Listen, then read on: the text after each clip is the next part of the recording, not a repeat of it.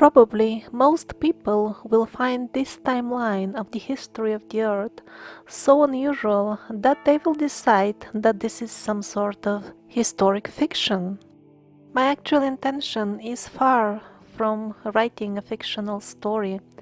These are simply the main conclusions about the history of the Earth, based on all reliable sources that I could find so far.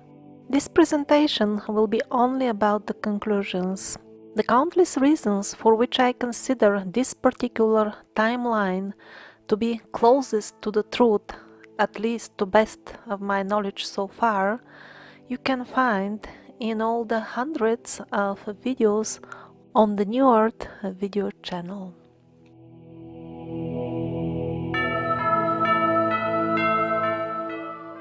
Although the Earth is extremely old and countless civilizations, groups of souls have come here to participate in this theater, our idea of what history is applicable to only relatively recent civilizations, because before that, this theater play that we call life was in other dimensions and other timelines, which we cannot comprehend. For example, before the human civilizations, there were wise races of dragons inhabiting the earth.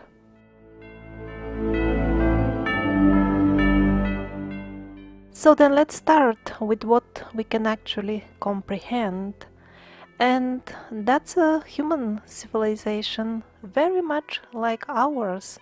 They had cities which looked like our cities. They had cars very similar to us.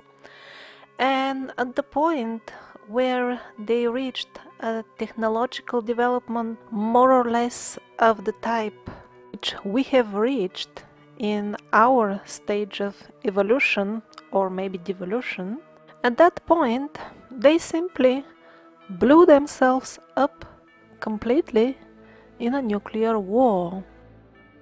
After that tragic scene of the grand theater called Earth, many of the souls, seeing that their playgrounds for incarnation and reincarnation was destroyed, they left for other spheres, maybe you will call them planets, to find a new home and incarnate in different theaters.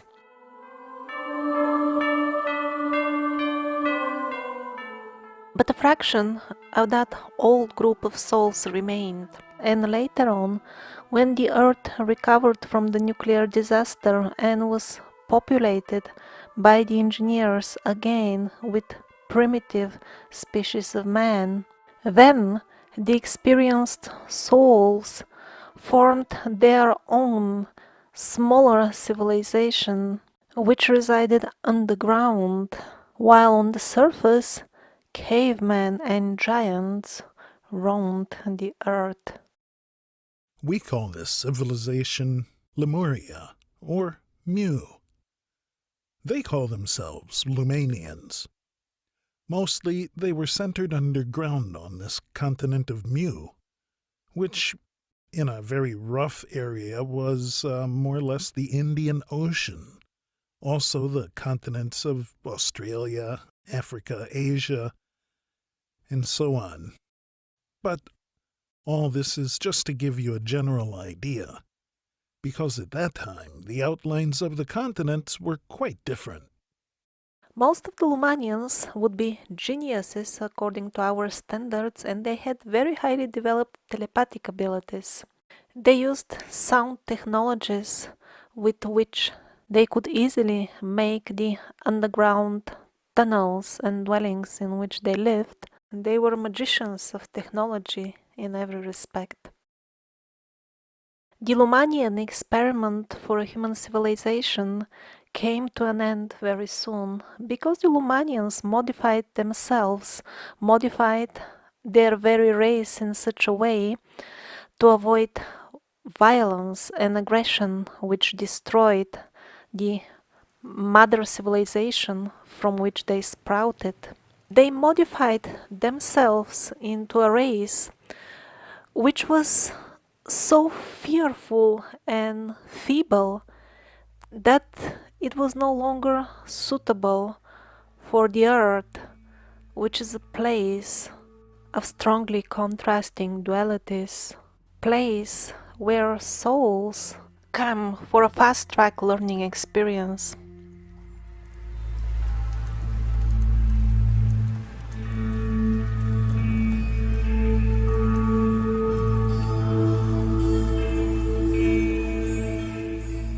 Although the cavemen were relatively simple people, and more or less what we've heard about them in school is correct, still there are aspects of their lives which we ignore simply because we cannot comprehend. For example, they were capable of clearly perceiving spirits.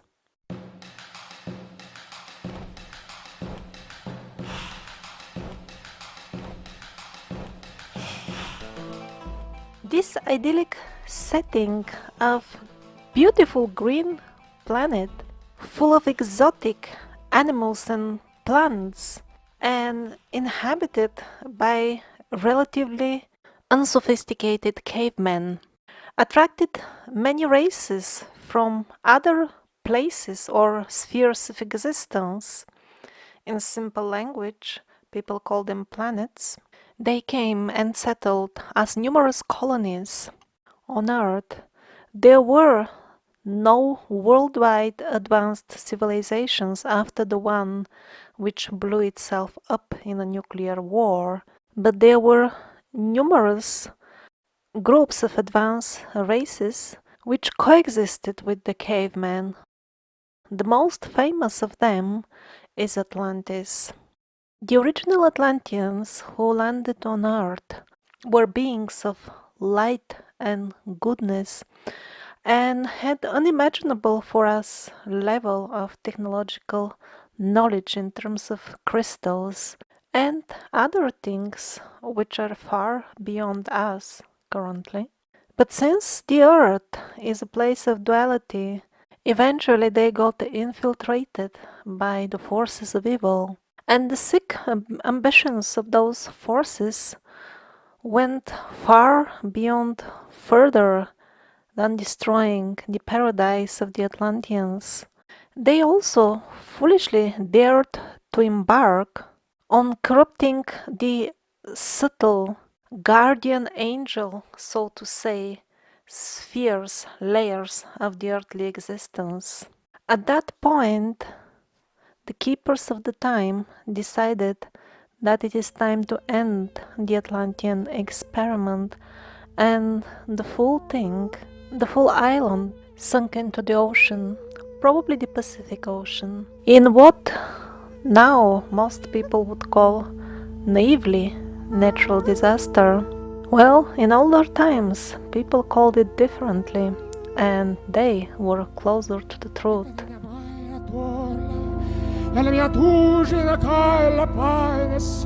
In school, they told us that they were hunter-gatherers in those times, and that's also true. But some of them were more advanced than me and you in every respect, even in terms of technology. How? If they happened to be one of those tribes which was in touch with the various advanced races who were coming and going and making the earth home for some time, they could have easily had access to higher technology than us nowadays.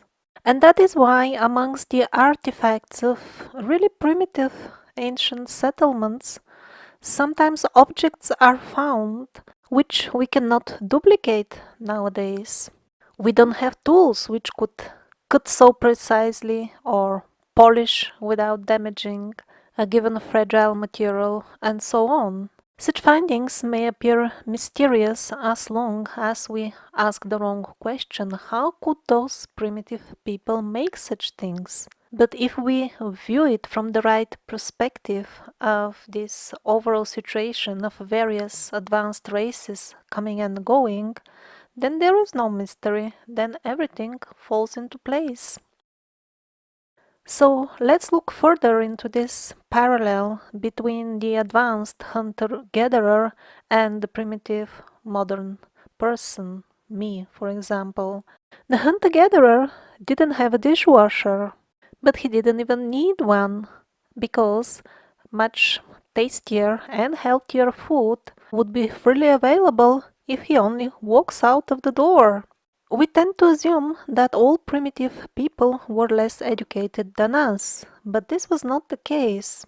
Those few who were in touch with advanced races from other spaces who came with good intentions, they were far better informed in terms of cosmology and history than the modern man. We imagine that we know everything because they are showing us some digital images of Mars and I don't know what else. But are they really genuine? Don't forget that we were told lies about landing on the moon and that we are being told lies about some international space station which swallows billions as funding and yet has not produced even a single scientific result which would help humanity in any way. So, possibly, even a caveman or a hunter and gatherer would have known more about the cosmos than us just because he had a genuine source of knowledge.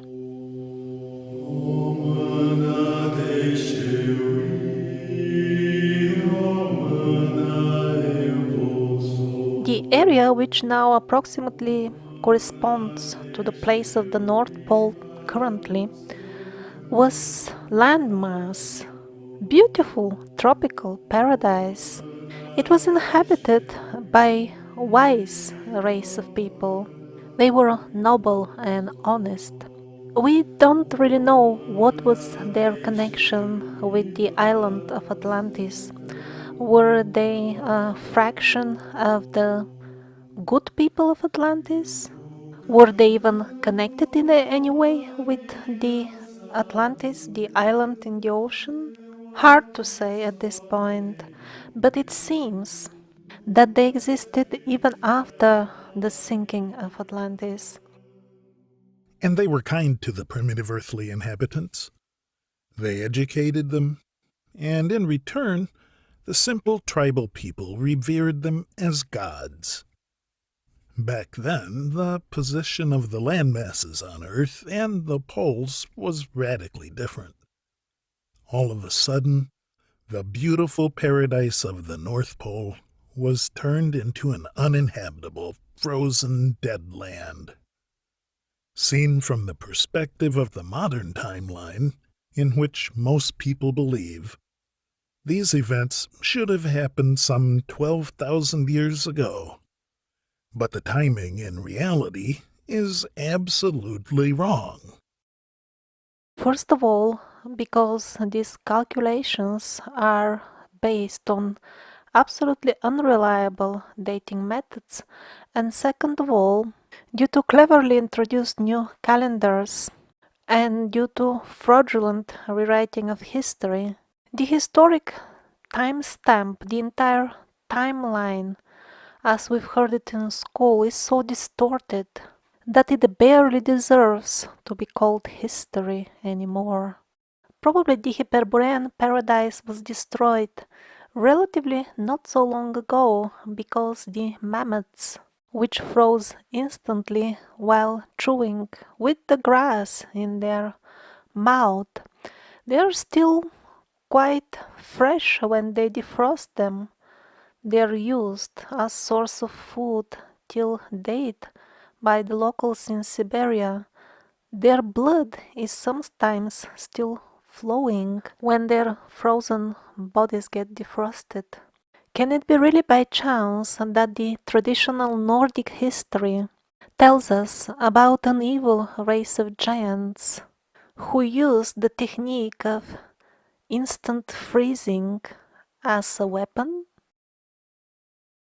Yes, there were giants, bad giants, good giants, there were dwarfs, dragons, and all the other creatures that we hear about from the fairy tales. The traditional fairy tales are much more close to the actual ancient history of the earth than the historic fantasies preached in the brainwashing institutions called schools. Numerous bone remains of giants have been found to testify to their existence. And, as far as the races of the dwarves, well, they were openly in contact with people, up to a couple of 100 years ago in Siberia, and their abandoned dwellings are to be found at many places in Europe and Asia. They are obviously too small for us, not only in the sense of fitting inside comfortably, but also in many cases we simply can't get through the door. Official sources suggest that they were made by kids or all kinds of similarly silly stories. And I can accept that even kids in those times could have been smarter than us. But on the other hand, looking at the actual size of the dwellings and the tunnels, the shadow of doubt creeps into my mind. Really? Did toddlers engineer a network of tunnels kilometers long? Did they dig it into the solid bedrock? The dinosaurs also coexisted with people, and not millions of years ago, but in the very recent past. We have numerous medieval depictions of dinosaurs and dragons, and they are depicted with vivid and minor details. We can confirm that those details are true by examining their skeletons, but how did the medieval artists know those details if they didn't have more or less direct contact with the animals?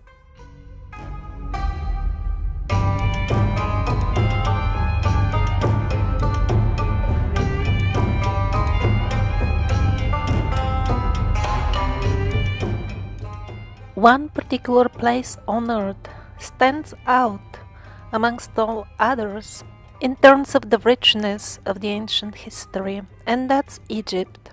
Various races, both human-like and unlike, made Egypt their home through the ages. One can see how did these races look like from the ancient Egyptian art. Very high levels of knowledge were revealed to the ancient Egyptians. Initially, it was for everybody, and at the later stages it became a privilege of the priests and the rulers only.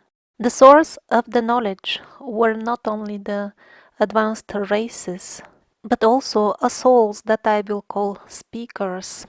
The primary reason for which the souls of the speakers come into human bodies is to spread genuine knowledge. They're kind of the human form representatives of the Adityas, the kind and benevolent engineers of the universe. When a given soul incarnates on earth, its memories are partially suppressed. Otherwise, the incarnated person wouldn't be able to benefit from the learning process on earth. If our memories were not hidden to some extent, then our earthly life would be like showing up for a test while you have all the answers and the questions in your pocket. But when the souls of the speakers incarnate, often they would have their memories hidden to a lesser extent compared to the people around them. Jesus Christ is the perfect example of such a soul of a speaker which came in human body, and there were many of them in ancient Egypt. When did the civilization develop over there?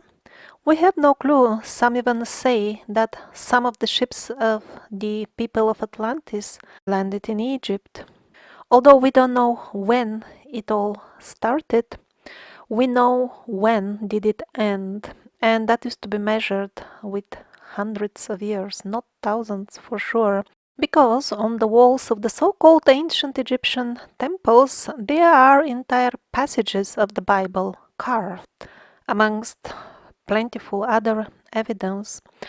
Basically, up until Napoleon went and destroyed everything, the Mamelukes were safeguarding the heritage from the old wise races. They were remotely connected to the Hyperborean line of earth education, so to say, and the Hyperboreans were also on the light side. And that is why the medieval travelers who visited Egypt described the pyramids as being in top condition and well maintained. So when were the pyramids and the rest of the Egyptian temples which we see nowadays built? Well, everything that consists of more or less medium size or smaller building blocks, that would be maximum 1,000 years or so old. Even if it has traces of very advanced technology, even as close as 1,000 or 2,000 years ago, there was high-tech knowledge, probably beyond our imagination even, at least for certain groups in the society in Egypt. Now, what we see on many of the archaeological sites in Egypt is that on the top we have a structure of medium-sized or small stone, relatively, at least in megalithic terms. But then in the bases we have really giant stones and much higher quality of masonry work. Now those, along with places like the Osirian and the Sphinx, could be indeed older.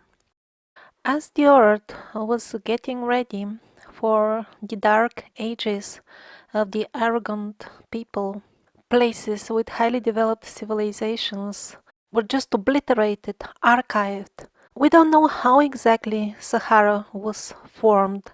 The wide range of official hypotheses don't seem to hold much water, and even the type of sand of which Sahara is made raises so many questions to the point that even mainstream researchers doubt its earthly origin.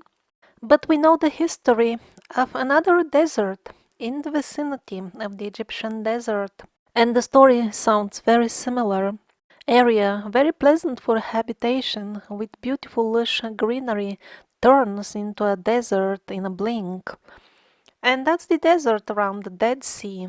On one side we get details of how Sodom and Gomorrah were destroyed from the Bible, which is confirmed by the balls of almost pure sulfur which can be put on fire even till date, and they are found in a certain small area on the shores of the Dead Sea.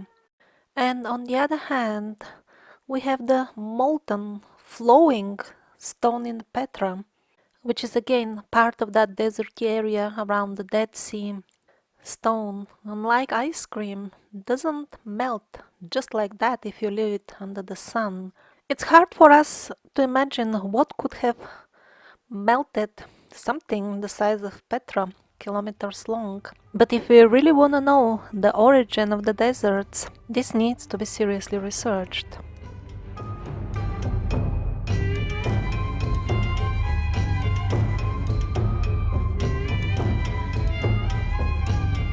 Currently, we live in a crazy age, crazy times of violence, total moral decay, thick ignorance, misery of every sort and description.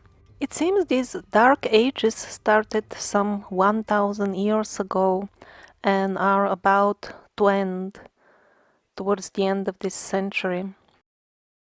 We shouldn't feel unlucky to have been born in such an era.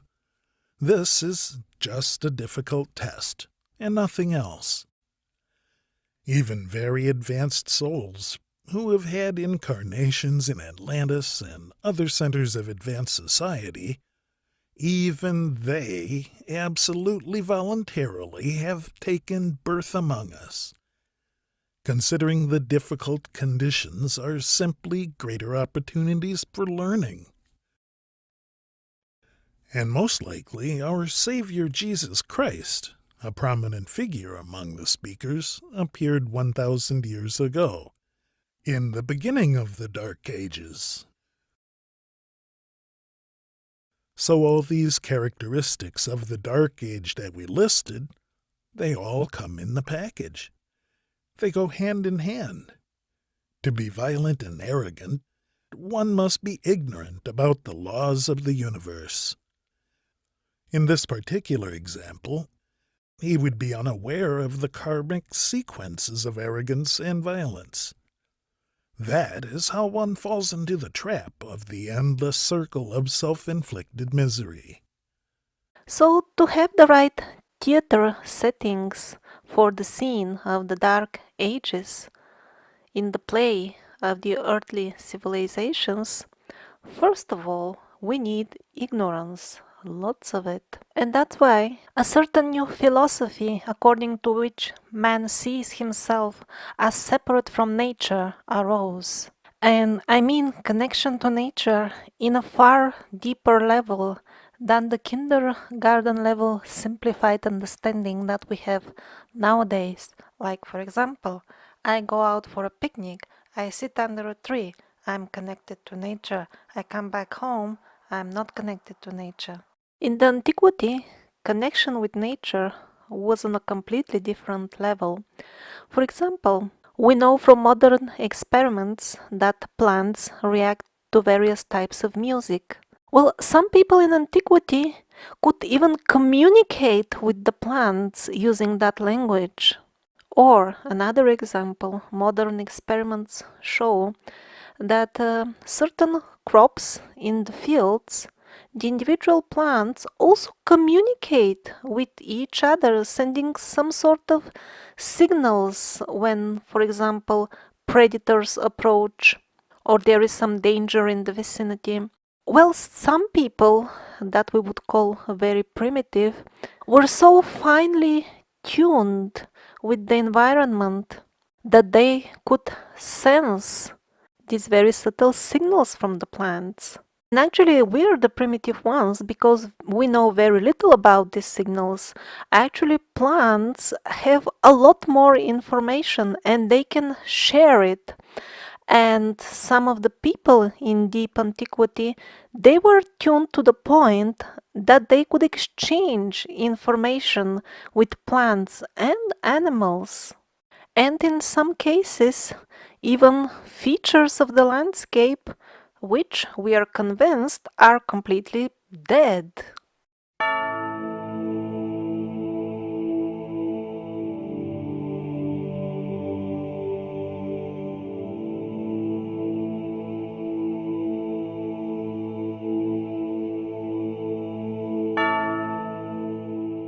The popular belief nowadays is that there were ancient empires and kingdoms and entire civilizations, and they existed during the last couple of thousand years. Actually, it seems all that was packed within the last 1000 years only, as shown by the absolutely brilliant research of Anatoly Fomenko. And not only they are much more recent than we are told they were, but some of them didn't even exist at all. Yes, the phenomena called historic doubles has been spotted by many even mainstream historians, and they still ponder, so how is that? We have the same story of the empire, the same events, and they happen in different parts of the world, and even the rulers with same characteristics and same stories emerge at the same stage of the development of the empire. So they just say it's strange and leave it aside.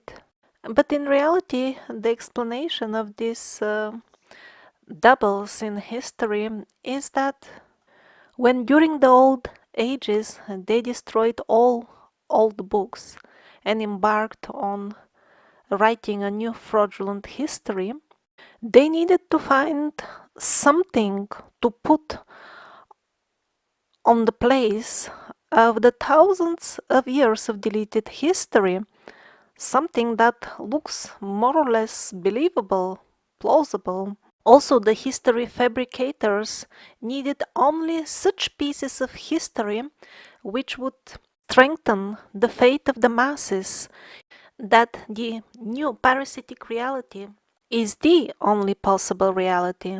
And so they had some suitable material from their parasitic point of view for cooking the new history, but it was relatively recent because they have established their rule relatively recently.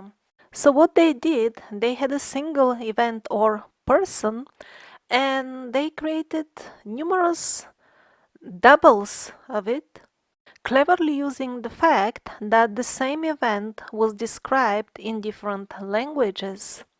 And even the names of the people can sound different in different language. And that is why, in the sagas of this fabricated history, which is preached till date, we have one never-ending story of simple people dragged into senseless wars and all kinds of similar miseries by greedy and corrupt rulers. The believers in this history then, of course, are sure that this is the only way. You see, it comes naturally for humans when they get civilized.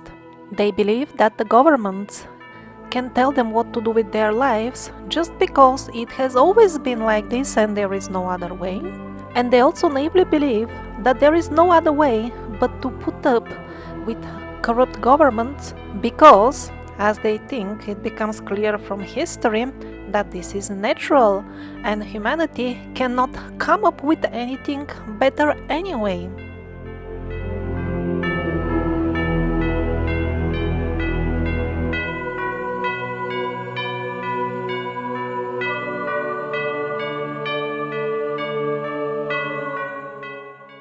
During the Middle Ages, the situation with the achievements of technology was non different than before. While the majority of the population spent their lives in agricultural pursuits, selected groups still had access to the higher knowledge given by the visiting technologically advanced races. Here, Alexander the Great holds a rocket. Yes, it is well documented that rockets, which rivaled some of the modern ones in terms of performance, were used in the Middle Ages and in deep antiquity. Another example would be some paintings of Leonardo da Vinci.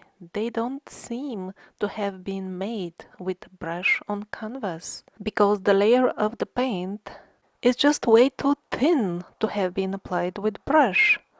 Or what about Tesla coil electricity in the Middle Ages? The fireworks in this historic depiction do fit in the modern idea that we have of how the Middle Ages were, but the Tesla style installation and the performance doesn't.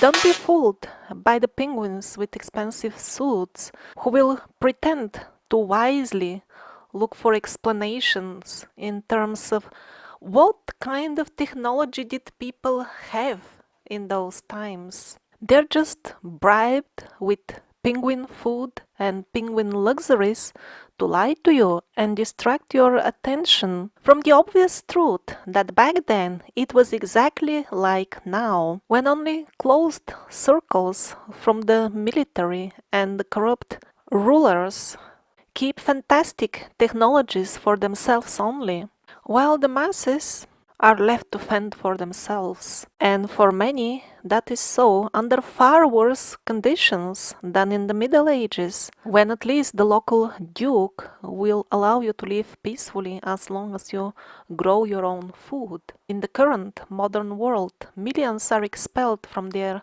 homelands, forced to feed from trash fields, in refugee camps in Africa, in tiny prison cells/apartments in polluted cities, fed with microwaved and canned food.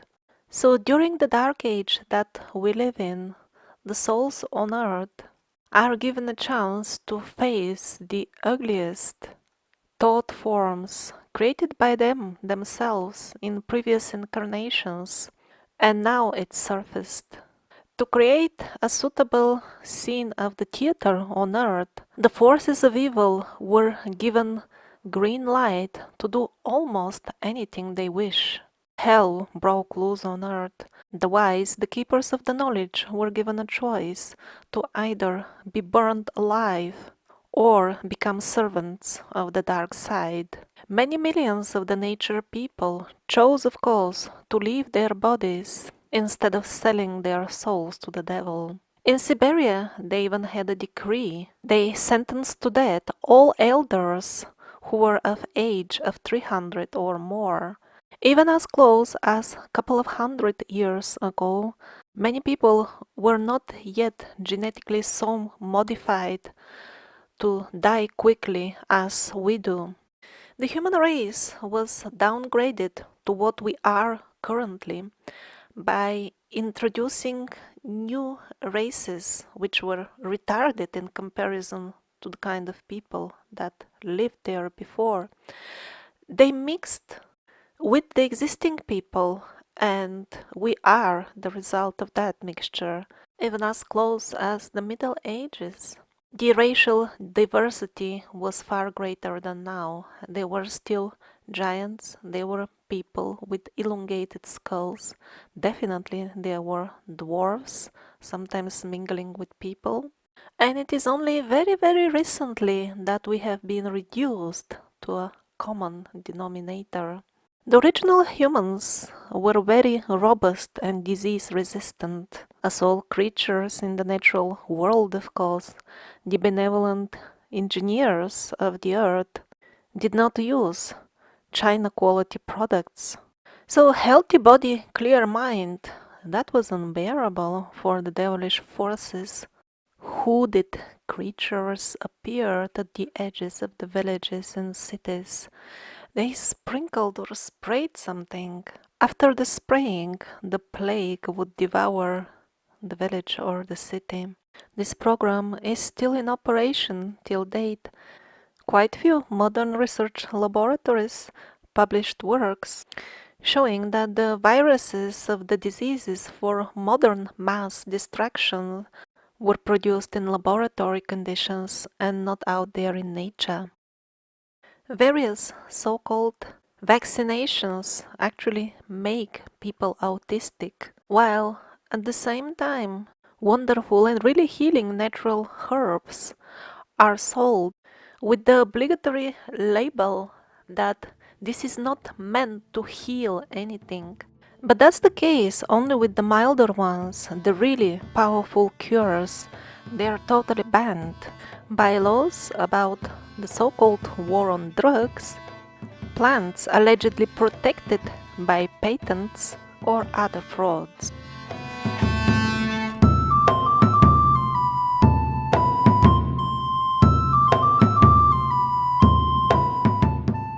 There is zero proof of the existence of the so-called Roman Empire, at least in the way we are told the empire was. The fable was created to attribute to Rome the credit for the magnificent ruins of the ancient cities, the luxury ancient villas with floor heating, the network of precisely built aqueducts and mind-blowing temples like Baalbek had little to do with Rome of Italy.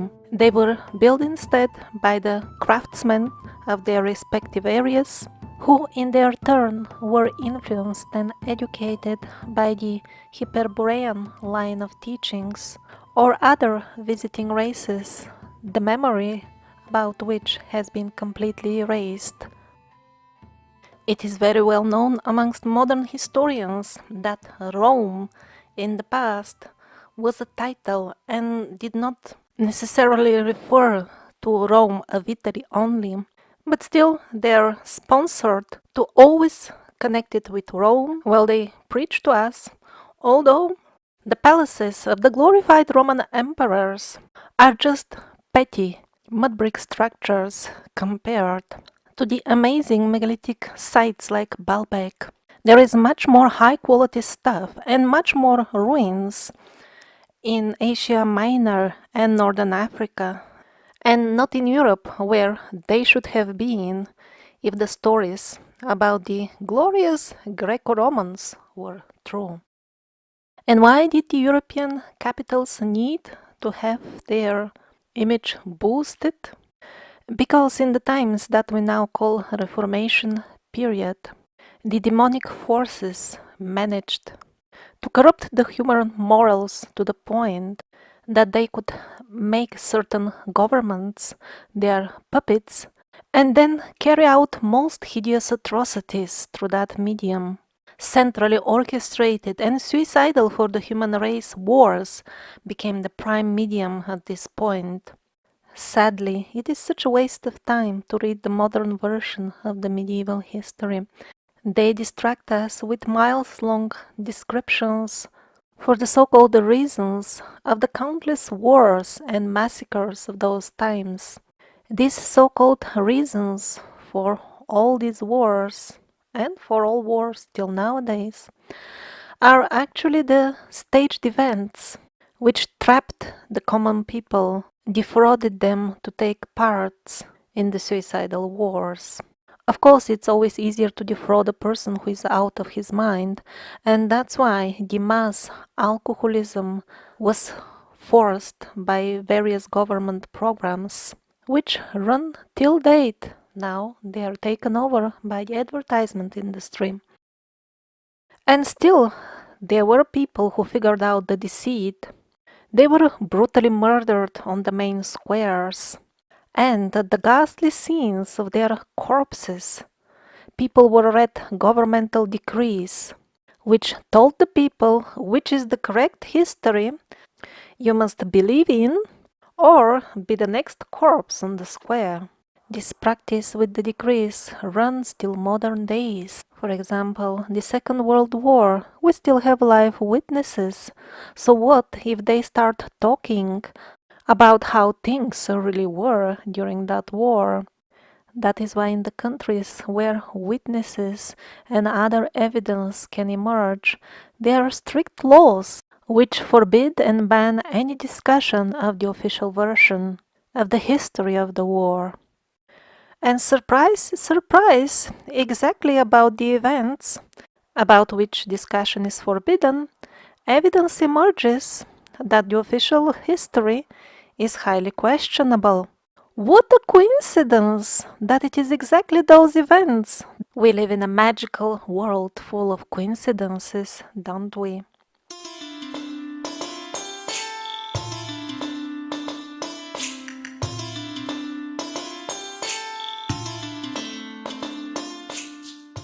The righteous kings of the old times, who were indeed representatives of God in one sense, were replaced by insurgent kings.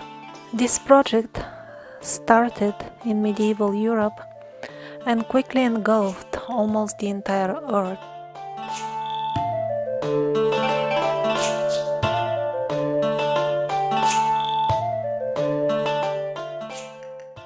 Still, that was for the rulers only. The common people remained convinced that high morals and an honorable life were the ways of normal humans. It is hard to say now how much of that educational work was done by the Hyperborean line, how much by the other races, and how much of by individual speakers who would descend to enlighten on a more local and limited scale. We can't say that because all of the old books were destroyed or hidden during the Middle Ages. They were substituted with forged copies, where the meaning itself was twisted beyond recognition. These are the copies which the modern historians, the penguins, wave in our faces and tell us that these are the authentic, genuine books. So the situation with the high level of the morals of the people was unbearable for the bloodthirsty forces of darkness. Quickly, they organized armies and embarked on a worldwide slaughter, which in the modern history books is cunningly depicted as a chain. It is as if unrelated local events, the result of local skirmishes, and the hideous genocide of the local tribes of both Americas actually had nothing to do with colonialism. Even if the actual soldiers who carried out the atrocities on the field believed that it is colonialism. If we, the generations who come afterwards, want to get out of the vicious, endless circle of suicidal wars, we will have to recognize the truth behind the reasons of all centrally orchestrated wars. Other genocides are barely mentioned in the commonly known history, like that of Europe, wrongly associated with some religious reformation. It had nothing to do with that. South Africa, India, Siberia. How many people are even aware of them? What to speak of their extent or reason? In Northern and Central Asia, the nature people of the old times managed to escape the onslaughts of the dark forces for a very short time, and they even gathered an army which went all the way to Europe and reclaimed the lands which were under parasitic rule at that time. And we hear about this in the modern history. It is called the invasion of Genghis Khan. Was it really an invasion or just a reclaim? We don't know, but certainly the Genghis Khan forces had little to do with Mongolia. Yes, Mongolia was part of the kingdom of the Great Khan, as they called it in that time, but it was a very small part of it. Again, the modern information is based on twisting the meaning of archaic words and mixing them with modern meanings. Europe was conquered by the Mongols, which is different from the nowadays Mongolians, very peaceful people who could have never gathered an army that could reach Europe, what to speak of conquering it. But yes, Mongolia derived its name from the Mongols. The words definitely have the same root. And there were Mongols all over Asia, all the way from India to Siberia. But speaking about the army of Genghis Khan, which took over Europe, in the contemporary texts, that was described as consisting of blonde Mongols. Those people had their empire. It was called Tartaria in West European sources. We don't know how did the people themselves call themselves, because the cleanup of local history was meticulously executed in Siberia. But the Genghis Khan victory was short-lived. Soon, the rule of the great Khan of Asia was no longer recognized in Europe. His forces were drawn back. Tartaria was split into numerous smaller pieces, which subsequently were brought down gradually one by one. We are told that Napoleon went all the way to Russia and fought with Russia. That's what we are told now. But the most recent research shows contemporary descriptions of the war, which only recently became accessible to the general public in digital form. And how interesting, the people of that time, of the newly created Russia, they did not fight Napoleon, they fought together with Napoleon against the last few pieces of Tartaria. That same Napoleon who went to Egypt to destroy as many ruins as possible. Napoleon is glorified nowadays, but I don't see any grounds for that except this straightforward and honest quote from him.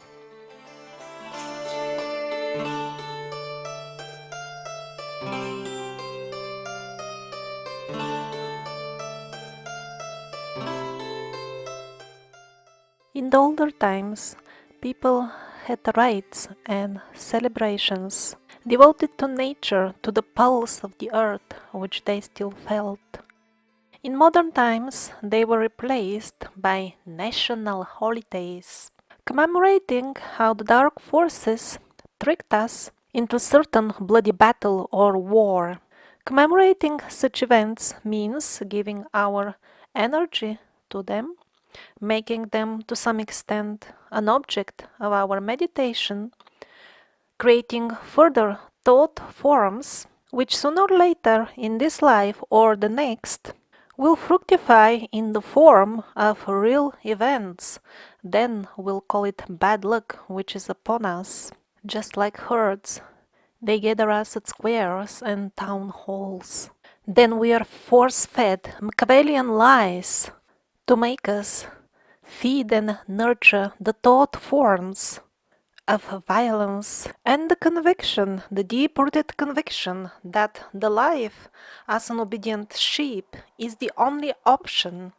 The puppet sheep, which stands on the elevated place, will not hesitate even to summon us to nurture the violent thought forms in the name of our forefathers who died and suffered heroically for our future.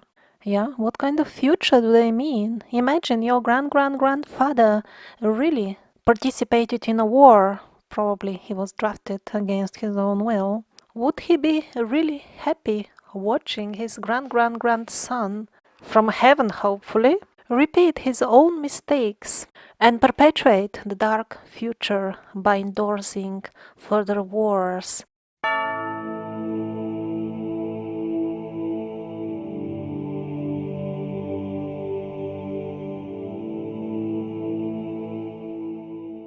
Now the entire beautiful Hyperborean region was rendered uninhabitable due to instant freezing.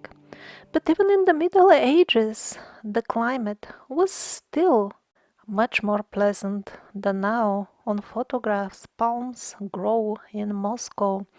Elephants are captured on photographs plowing the fields of Russia. Russia is a famous pineapple exporter. On medieval maps of Iceland, at locations which are now permanently frozen with glaciers, there were agricultural farms. Initially, the historians didn't believe these maps, and they made even expeditions to the spots marked as farms, and indeed found them below the ice cover. It seems that around almost 200 years ago, the earth was made even harder to inhabit. It was made even colder. There were a couple of years in that time without summer. The crops died, animal and people starved. Now we are told that it was all because of some far distant volcano. But that hypothesis, when examined close, doesn't hold water. A group of researchers are really looking into this lately, and they have gathered a good amount of facts pointing towards a possible nuclear bombing at that time. They found and measured the radiation at quite few round-looking craters of unknown origin. These craters are highly radioactive. So when did that bombing take place? Such high levels of nuclear radiation cannot be retained for really extended periods. So lost ancient civilizations are not to be blamed this time. Most likely, we're experiencing a nuclear winter since about 200 years, which was reinforced and perpetuated by the numerous nuclear tests during the Cold War times. It's getting slightly warmer now. The ice caps start to melt slowly. The party which launched the weapons which caused the freezing is not happy about that. And that's why we see this venomous, blasphemous smear campaign against even slight global warming. This campaign, as we know, serves not only as a background and an excuse for the various financial scams to be run in the name of keeping the earth cold, but also such campaigning is meant to create negative thought forms in the minds of the common people. They want us to be negative towards the idea of our earth becoming a pleasant habitat again of moderate temperatures. And it's not just the suspicious craters. Countless cities built in so-called neoclassical style were buried deep in mud, in clay, at places 2 stories high. That also is a result of something, we are not even sure what, that happened in the skies during that period of the years without summer.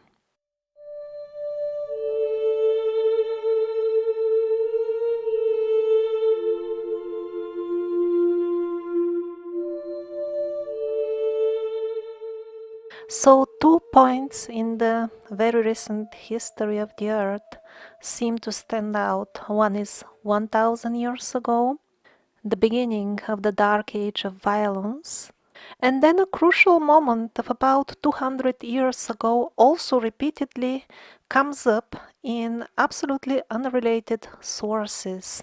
So before that time we had other races of bigger people who also lived longer. Apparently this war/disaster really changed the face of the earth. That time is also mentioned by Set as important because more or less it coincides with the so-called Industrial Revolution, when man completely divorced himself from nature and hastily started implementing newer and newer technologies which corner him into becoming a remotely controlled robot of the new province of hell called Earth. There is a very strict monitoring system which suppresses any technology which could make the life of the masses independent and self-sufficient. The first commercial model of a solar car was ready 100 years ago. It could run for 3 hours at the speed of 20 miles per hour. There are countless of functional modern models, and yet the industry is suppressed to such an extent that even a single one did not get commercially distributed. Not to mention the free electricity of Tesla and the star batteries, yet another option for almost free electricity. In the older times, the nature people would fashion their dwellings inside the rock. Thus, the dwellings were well insulated and protected, and also they were extremely durable. Many generations could use them and didn't need to work hard to build new homes again and again. Since people were well tuned with nature, and as we found recently, stone can be cultivated like mushroom plants, it is even possible that some races could grow big chunks of stone and then fashion their dwellings inside it while it was relatively soft. Gradually, the stone dwellings gave way to huge megaliths megalithic blocks which would fit each other with amazing precision. Not sure if that was a sign of improvement or of devolution, but from that point on, the devolution is obvious. The megalithic stones get smaller and smaller. The precision with which the stones fit each other gets less and less. As the Dark Age advanced and the minds of the people got foggier and foggier, they even forgot the techniques of how to make the stones fit with each other. The gaps between stones became so big that the wind could blow through, and that's why they had to use mortar. And then we invented the bricks. That's even flimsier than small loose stone. Since the brick buildings fall apart very quickly, this is a convenient way to create perpetual work for the people so that they don't have time to think. And of course, they are centrally dependent on building materials. And of course, the modern building materials, at least those that are freely available and accessible for the masses, there is always environmental pollution involved in their production.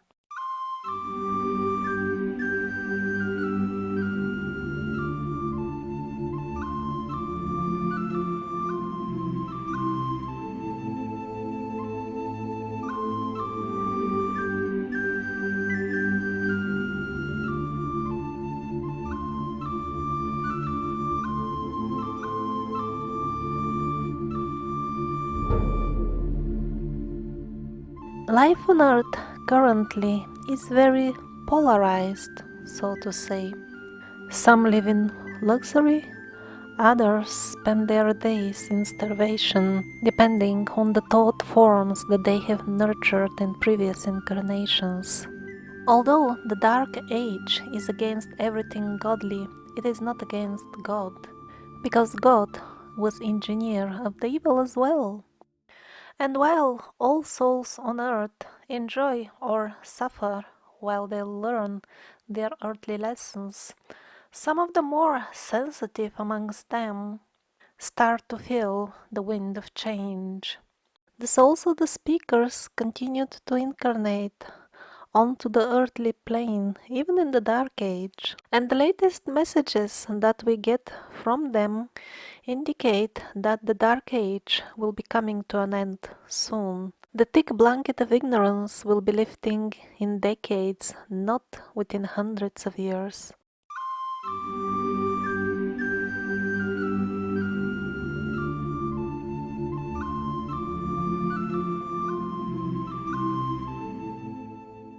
So, okay, the idea of the New Age is interesting, but how can it be practical?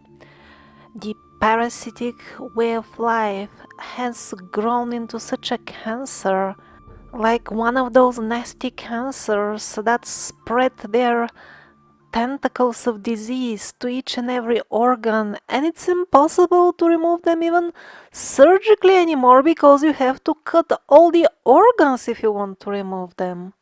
It may look hopeless, but let's not forget what Edgar Cayce told us. Unless there is interference from what may be called by many the supernatural forces and influences that are active in the affairs of nations and peoples, the whole world, as it were, will be set on fire by the militaristic groups and those that are for power and expansion in such associations. And the message of some other prophets who have proven themselves appear to be the same. So let's see now another source, the people in trance who visit their future lives. The same technique of regression is used for progression, visiting future incarnations. As far as the next 5 or even 10 years, no major changes are to be expected. But then, let's say in 100 years, the results of the progressions are quite interesting. Yes, people do get reborn, but when they describe the earth on which they get born again, it is quite shocking because half of them report unbelievable pollution and radiation from nuclear skirmishes. People can't breathe anymore. They try to build domes with clean air, and eventually they even leave the earth and they go to live in space, because although life is not completely exterminated, its earthly life becomes unbearable. And yet other half of the people describe being born on a beautiful green earth. Humanity has come back to its senses, and the dark age of the stupid wars is a closed chapter of the history. People simply woke up from the nightmare of the parasitic reality. So I want to insert a small explanation note. These future life progressions, they should not be regarded as pure fantasy. They are recorded cases by the progression professionals in which people see events that would be impossible to just guess, and they do happen afterwards. And I'm not talking about minor events which could also be a product of wishful thinking just because you read the prediction. I'm talking about things like somebody saw an explosion, a large accident which happened in a manufacturing unit for flammable substances, and it was caused by the failure of somebody from the staff to wash his hands properly. And that event was seen in a past life progression sessions many years before it took place. So the information obtained from such sources of future progressions can't be just dismissed as fantasy. But in this case is a bit difficult to interpret. For example, those who are suffocating in extreme pollution, they are forced to go and live in orbit circling the Earth. Couldn't they go to the places where the New Age people live in peace and enjoy nature? Is it even possible that on half of the Earth you can't even go outside anymore without wearing a gas mask, while on the other half people can't get enough from the beautiful clear skies, the crystal clear water, and the wonderful wild fruits? Is it really possible that people who are overloaded with thought forms of darkness at one point continue to live in a completely different parallel reality, while those who turn back and revive the ways of the old nature people, they continue their lives again on earth but in a different layer? Or maybe these visions from the progressions, they simply show two possible futures for the entire humanity, and we will all go down only one of these roads. In the past, the history was a subject for shamans who had practical on-hand experience of visiting other dimensions and coming back. History doesn't seem to be linear. There seem to be splitting of realities, of timelines, then merging between them, and even leakages between them. Currently, I see no point even to open a discussion about those, because we can't get straight even the linear, highly simplistic representation of history. Even in that linear model, most of the events older than some 200 years are simply fantasy, historic fiction, propaganda of the dark forces. And by the way, the cancer of ignorance is not at all incurable. Once we stop feeding it with our ignorance, arrogance, and alcoholism,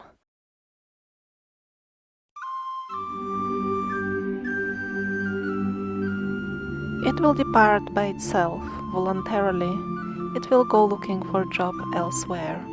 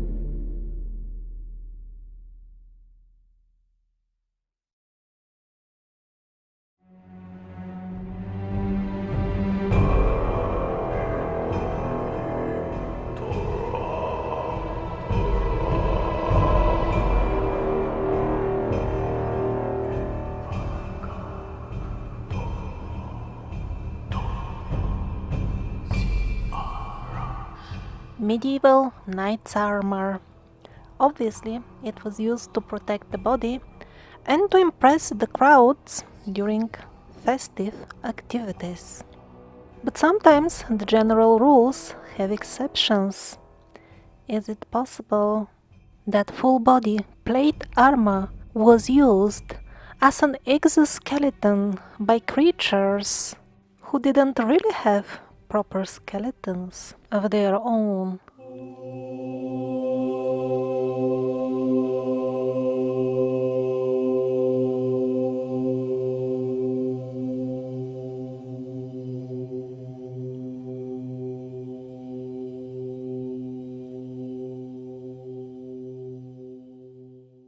The Medici Chapel of Florence. Did the medieval sculptor frankly tell us what is lurking inside certain knights, or should we call them knights' armor exoskeletons?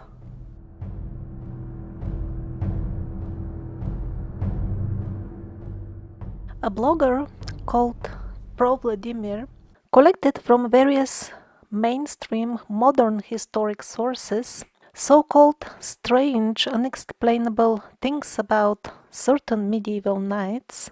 The modern historians found such stories in old books and tried to find all kinds of weird explanations for them.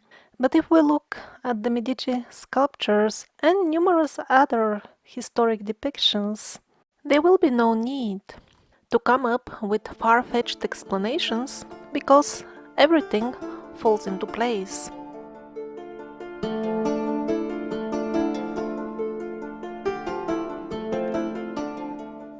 So the glamorous knights, cheered by the crowds, certainly shouldn't have had any problems on the ladies' side, so to say. Beautiful medieval damsels must have been flipping unconscious from the balconies, down on the street in front of the feet of the famous heroes. And what were the glorious heroes doing?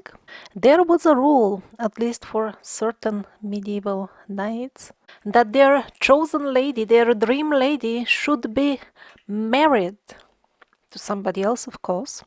And then, since she's somebody else's wife, if the given knight wins a tournament or some sort of victory, the top level of closeness that he could get from his beloved would be a handkerchief soaked with her tears, and even that wouldn't be handed down directly to him, but delivered instead by Sancho Panza.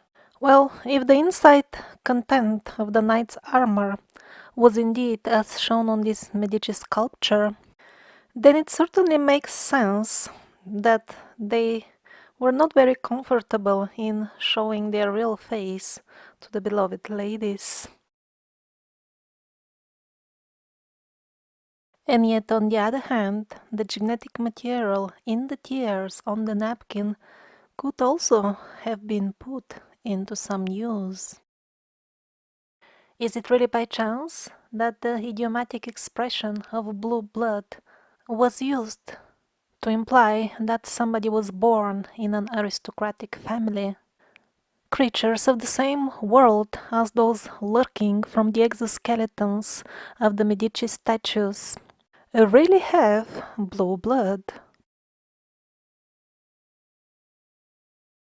And on top of all this, in legends we see across multiple continents, the same story is always heard. When a foreign race wants to influence the outcome of earthly affairs, they create hybrids with the human race, who will always end up becoming, strangely enough, kings and queens or emperors. As you can see, the form of the wings of the bridegroom is still present on the top of the queen or whatever princess statue. And interestingly enough, again we have knight's armor helmet. And by the way, look at what kind of preposterous paradigm we live in. Look at the cruel means by which we take the blood of the animals, and then we convince ourselves that they have actually donated it. This statue is kept in a historic museum in Lisbon and depicts, of course, the king and queen of Portugal. Just look at the scales, the row of scales on the back of the weird creature.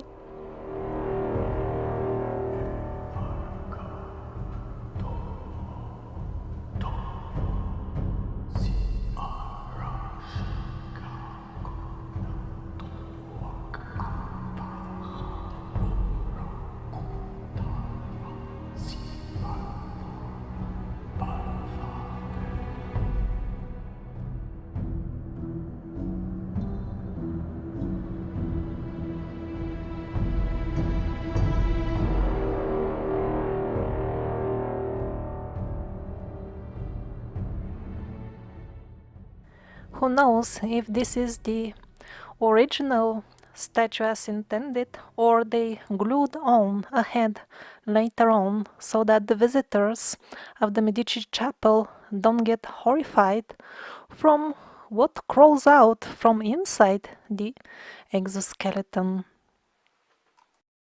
Interesting stonework, by the way, on the collar. Those who take the penguins seriously, they have to believe that this was chiseled out. Yes, to remind you, chiseling out things involves brutal force on them, hits with a hammer. So maybe some of you think, come on, these were just armors for battles or parades. If the knights really looked that weird, how would they manage their daily lives when they don't wear armor? And here it gets even more interesting. First of all, these knights would never go out of their castle without wearing an armor, even if they needed to walk a week or more to reach a given battlefield. They would be in full armor all the time. When the knight was out on a mission, his servants had to pour water inside the armor at least few times per day. Modern historians try to explain these strange things. Like, you see, some of the full armor didn't really have toilet arrangements, so things were happening and they had to be washed with water. That's why they had to pour lots of water a few times per day. Look at this helmet. I don't know how one would survey the vicinity and fight with it if one can't see the enemy, but it's certainly very convenient for pouring water inside. Somehow the modern historians didn't finish their story, like for example how would the servants dry their master, because if you water him a few times per day and he has clothes on inside the armor, he would rot if you don't dry him up. Did they dry them on, like grilling on bonfires? But on the other hand, if your master is some sort of worm, he would enjoy such moist environment. I also pour water regularly on my compost heap, and the worms love it. And when the knights were not on a tournament, they would simply stay hidden in their castles, which of course had plenty of dark and moist premises. Exactly what the master likes. In that moist atmosphere, he would finally enjoy the sluggish handkerchief from his lady, which he obtained during the tournament. Of course, this type of creatures use sluggish substances to procreate. And as far as the servants, they were not a problem. There were very strict rules in play here. First of all, the knight would be seen only in armor, even when he's only around people in the castle. Modern historians explain this as The knights were always being fearful of traitors, even while in their own castles. And that's why, even when they ate in public, they still ate food through this mesh of the helmet of the knight's armor. And it gets even more weird. Some of them even slept in armor. If any of the servants would dare to touch his own master, his knight, the punishment was death on the spot. I wonder why on the spot. Maybe before he manages to tell around about the sluggish thing inside the armor. Here, a certain knight was even called Ivar the Boneless. Yet another medieval depiction, even with knight's helmet next to the creature. And when the knights were out for a tournament, the descriptions of the entire situation doesn't look human-like either. First of all, ordinary people didn't even stand a chance to fight with a knight. That was only in between their own race. Then the two knights would actually fight each other, and it says, days in line without interruption, non-stop, while their men would just stand by and watch. And then the one who loses the fight, in case he had to be killed, the right way to do it was to remove the helmet and then wound him with the sword, but the sword must be inserted specifically in the torso area of the knight's armor, because simply cutting off the head didn't work. It says in the medieval books that even with a cut head, the knights could go on, which of course makes perfect sense looking at the Medici statue. If somebody was cutting off the helmet, he would just retract in the torso area. And another strange rule, the army, the men of the defeated knight would be killed on the spot, unless the defeated party goes for a small ritual of officially and voluntarily handing over his own men to the other party, and that also applied to the castle. That also seems somewhat odd, because probably, at least as far as we know, the human tradition of war during those times is if you conquer something with military force, it's yours automatically.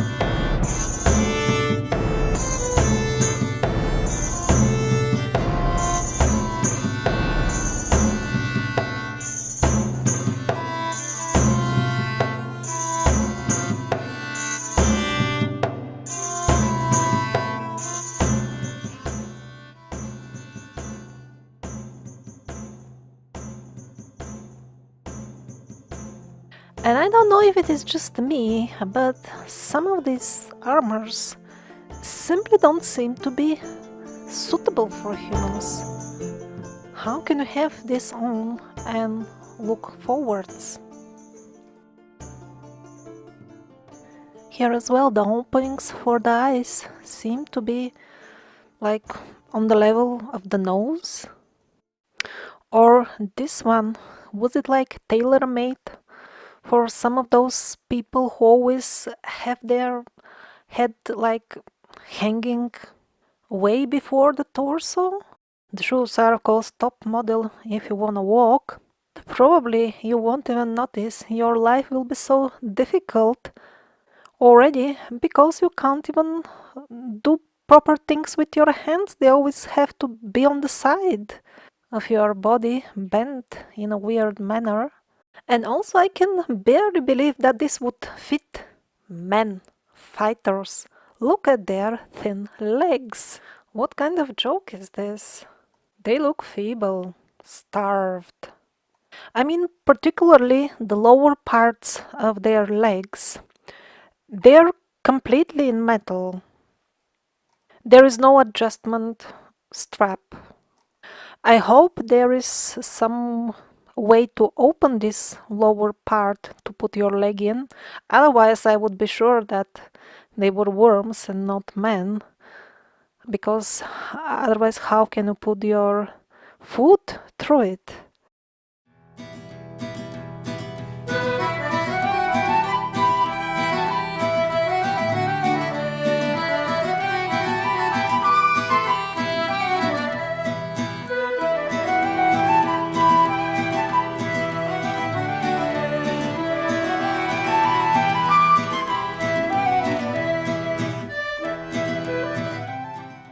It seems quite a colorful crowd was inhabiting Earth during the Middle Ages. The strange worm-like creatures lurking in the armors would have been just one out of the many races influencing the human society. Like now, we are in the same situation. And there was variety amongst men as well. Currently, some 5,000 suits of armor are housed in various museums, and most of them would fit underfed men of height below 160. There is a lot of straightforwardly dwarfish stuff as well.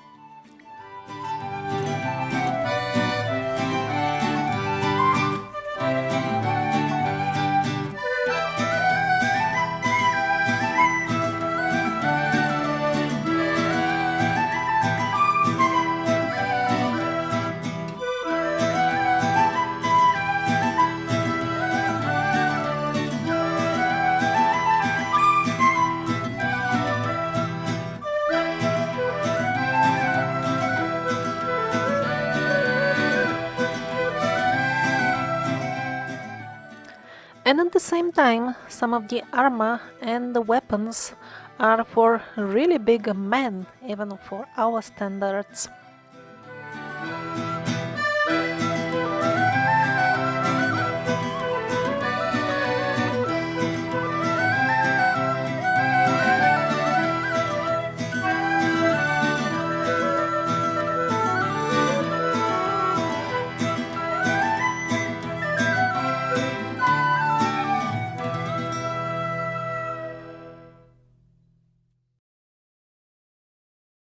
As with most things in history, the earlier knight armors were far superior in quality and artistic work compared to those which came later.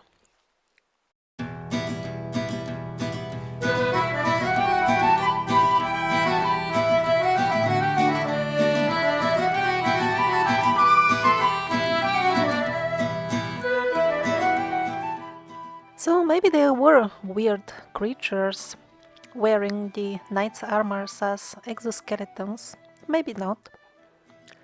But here is an interesting piece of information about a human knight from Latvia. So this knight lived in Latvia some 700 or 800 years ago according to mainstream sources, and he was found mummified in the swamps of the Easter Island. Sometimes in swamp conditions, people tend to get mummified naturally. So the given knight in full martial outfit and having golden coins of his time in his pockets, was found there by an Australian expedition during the last century. Of course, nobody's got any clue how did he get over there in the midst of the Pacific Ocean. And something else interesting is that the find was made barely 30 years ago, and yet I couldn't find a single photograph. Well, if the full thing disappeared together with the photographs, then it must have really been very interesting.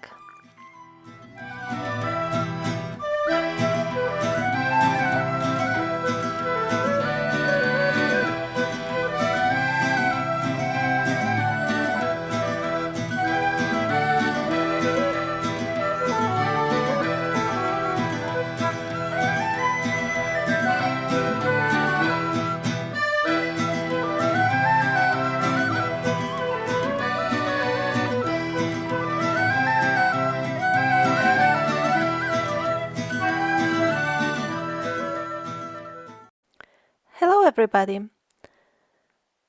We all know that the governments are totally corrupt, and still they manage to stay in power. Somehow they convince the people to vote for them. How is that possible? So this video will have a new type of format. It will be interactive. It will be a test, and the result will show can they trick you personally, or you are able to see through their lies. The question is related to a new law that they introduced, and this law facilitates categorizing nature preservation activists as terrorists, and in this way they can receive more severe punishments for the acts which are anyway currently classified as criminal, for example, releasing animals which are being treated cruelly. For this type of activities, people stay in prison for many years. So this is not new, it is just categorized in a new way. Now they are called terrorists and they can get more punishment. The explanation which the authorities, the governments provided for this new law is, you see, these people can get very dangerous because one of them called publicly for murder of scientists who torture animals in their labs, and other activists. They have caused considerable financial losses to farmers whose animals they have released, for example. So here is the test question. What will be the impact of this law? Now please pause this video and select your answer. You can find the actual link to the survey in the description of this video.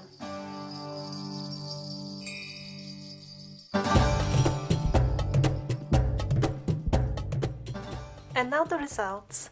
If you have selected any of the first three options, you fell in their trap, at least this time. Don't worry, we all do it. And here is why exactly all of the first three are traps. Now let's start with the second option, which, although mainly wrong, is the best out of the three wrong ones. It is partially true because many of the activists actually do a good thing by releasing animals. But let's see what is going on. Some activist or so-called activist, probably somebody who has been paid to do it, or somebody who has been so zombified that does it even without payment, has been calling for murdering scientists. Now, why I think that this is some sort of shill or paid, bribed person is because real activists, they're doing all this out of their kind heart.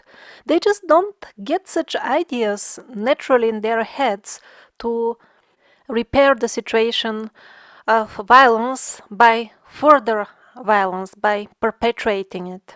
But we live in such a rotten society that if all activists are given green light to administer justice at their own discretion, then there will be lots of people who will take advantage of such freedom and turn the full world into Somalia where each and every area has got a different violent gang ruling it.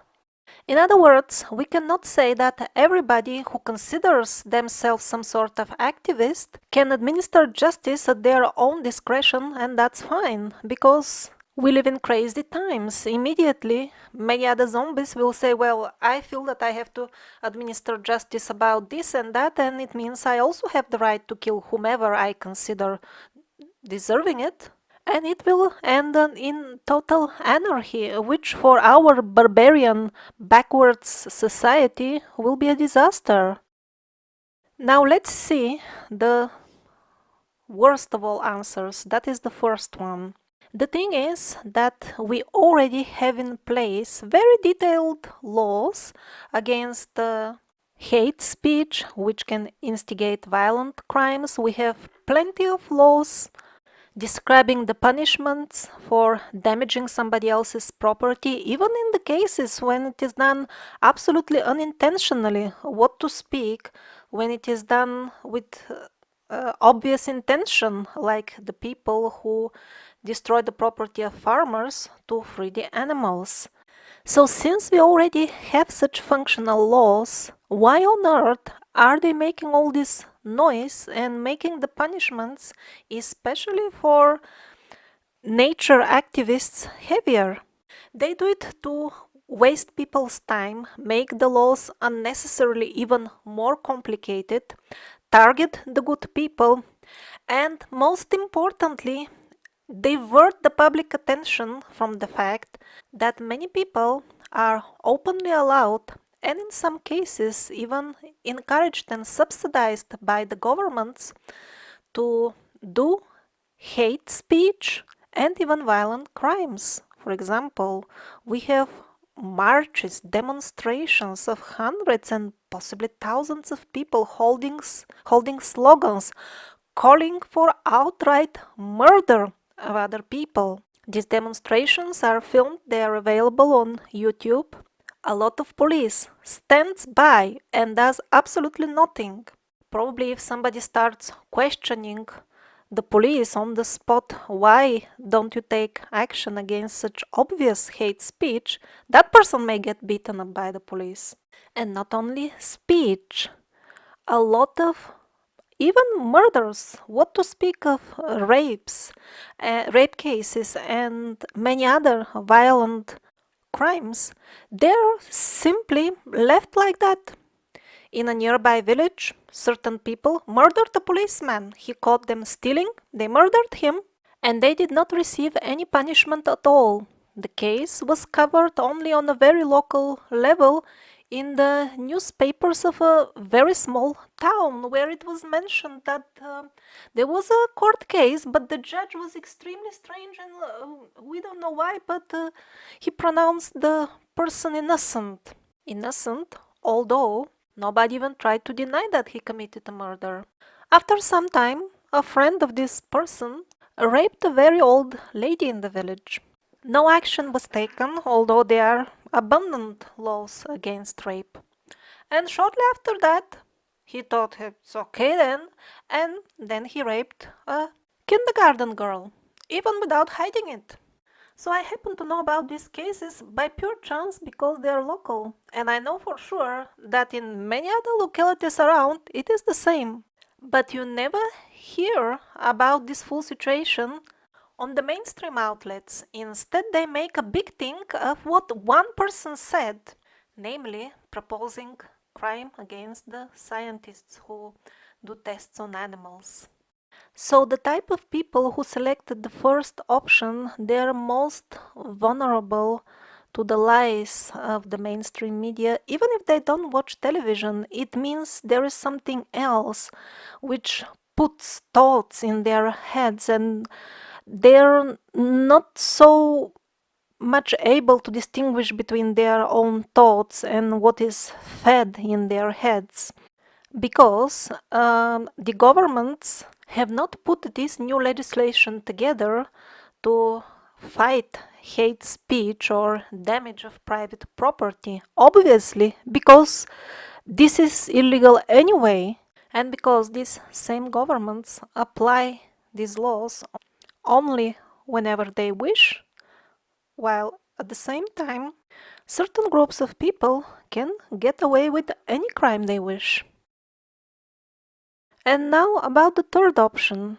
People have been taught since school not to think, and so many of us are simply lazy to think. And when such questions arise, which require, in some cases, really to look deep inside their value systems, they just prefer to watch football. This is all complicated, so many facets. There is no right answer. Everybody is right for themselves. And as a result of this laziness to think, the people, they just let it go, let the governments do whatever they like. And that's how they give their power to the corrupt governments. While in reality, there is a very easy solution, just laws for everybody without exceptions, including the animals. Nobody should remain unpunished for violent crime or really calling for violent crime, because that's real hate speech, not what nowadays they call hate speech in the mass media. Like, for example, this is a real case. There were protests in America that, you see, we wish you white snow on Christmas. This is like racist because it mentions white snow, And this is not something I make up. These were real protests, accusations of racism. Come on, people, the snow is white. And at the same time, millions are murdered in Africa, and these activists, they don't say anything about that. But they make so much noise that white snow is hate speech. And somebody listens to all this on TV or radio. This is pure waste of time, pure garbage. And our entire consciousness, brain gets clogged with tons and tons of garbage of similar value. So some of those who have selected the fourth option, they might have seen through all the lies. What is the truth about these new legislations? As all new legislations, they're up to nothing good. Obviously, there will be more harassment for the kind-hearted people in society. Actually, that person who initially called for murdering the scientists, I very much suspect that no action will be taken against him personally. Action will be taken only against the sincere people who really, in some cases, see animals suffer terribly and feel that something has to be done. So this legislation is just one of the numerous such legislations targeting good and honorable people in every possible way.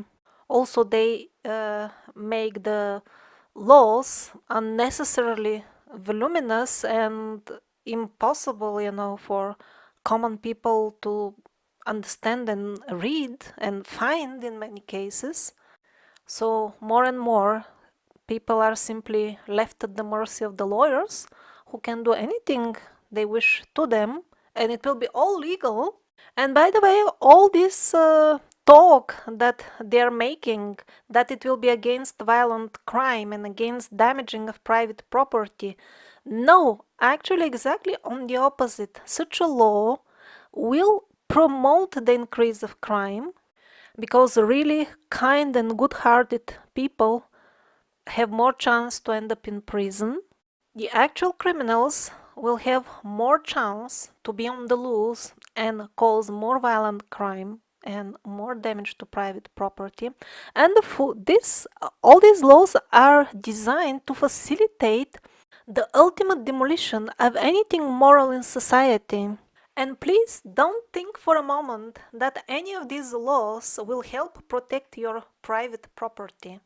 Because if we continue along this road, soon there will be no private property at all. We will be bought and sold by the banksters completely.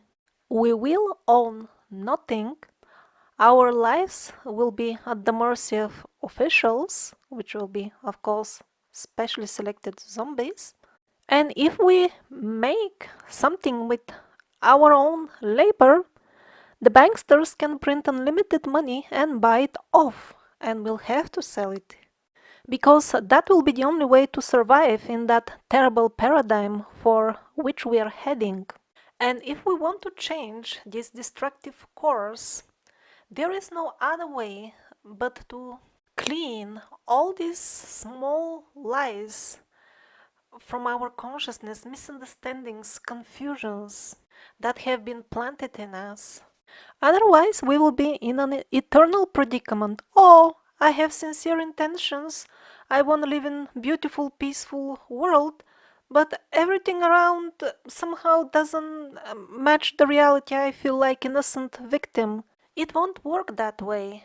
If somebody carries always with himself 10 suitcases full of rotten stuff, worms crawling out of them, of these suitcases wherever he goes, even if he arrives at some beautiful and pristine place, it will still smell bad from the suitcases. He will ruin everything. The bugs will crawl out from the rotting stuff inside. And what is this rotting stuff?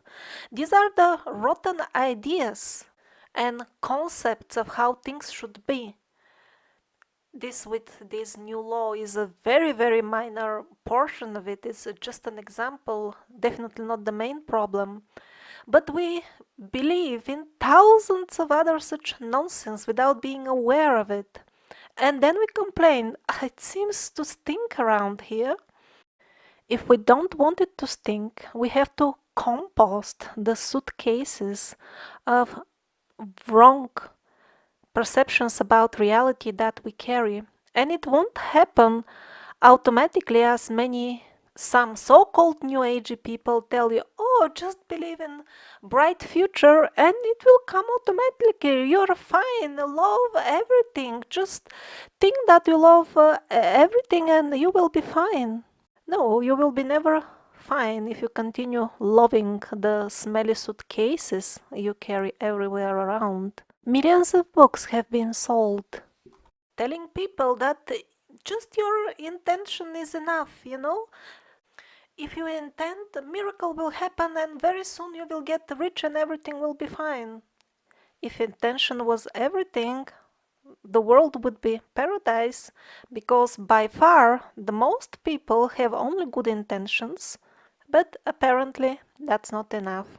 For more details, see my videos called Will Angels Come to Save Humanity?